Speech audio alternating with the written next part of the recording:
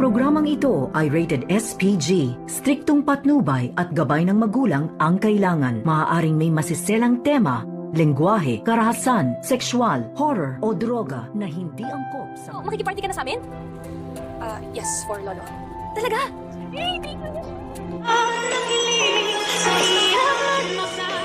Narito na nga ating abangan ngayong Lunes sa abot kamay na pangarap. Tuwang-tuwa naman itong si Annalyn Santos nang malaman niya mula dito sa coordinator na may nauna daw sa kanya bago siya dumating. At ang tinutukoy nito ay walang iba kundi ito ngang si Justin. At dito nga nakita ni Annalyn at tinanong itong si Justin na kung ano daw ang ginagawa niya dito sa event. At dito naman na sinabi ni Annalyn na kung makikiparty na ba daw itong si Justin sa kanila.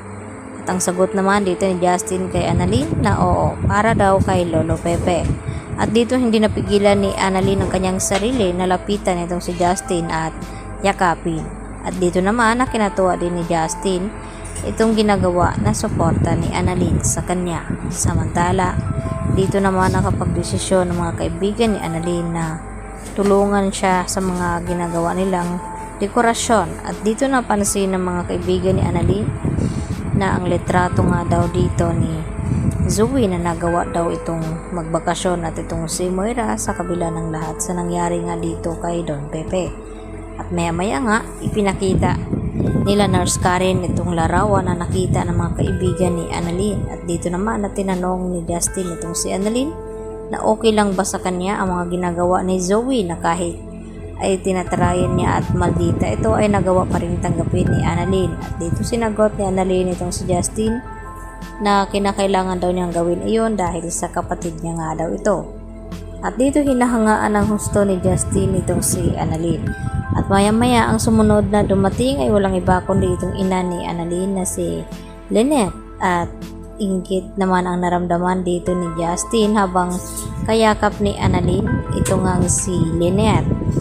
At dito niya na naramdaman na sana mayroon din siyang kagaya ng ina ni Annalyn.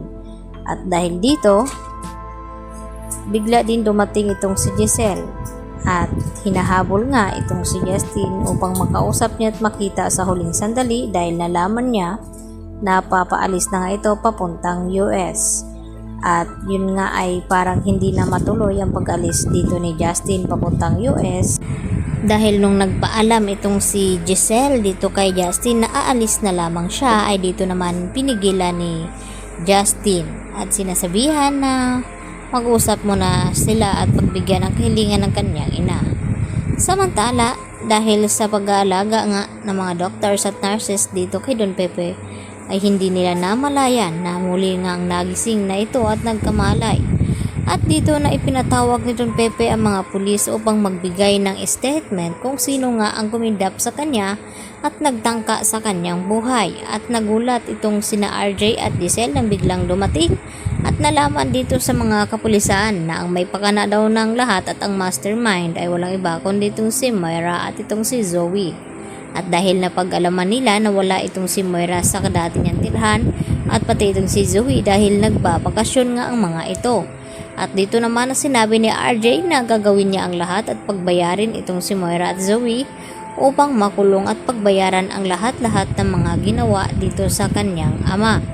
At hanggang ganun din naman ang gagawin dito ni Giselle dahil tama nga ang kanyang hinala at kutob na may kinalaman talaga itong si Zoe at itong si Moira dahil hindi naman sila agad-agad na aalis kung wala silang kinalaman.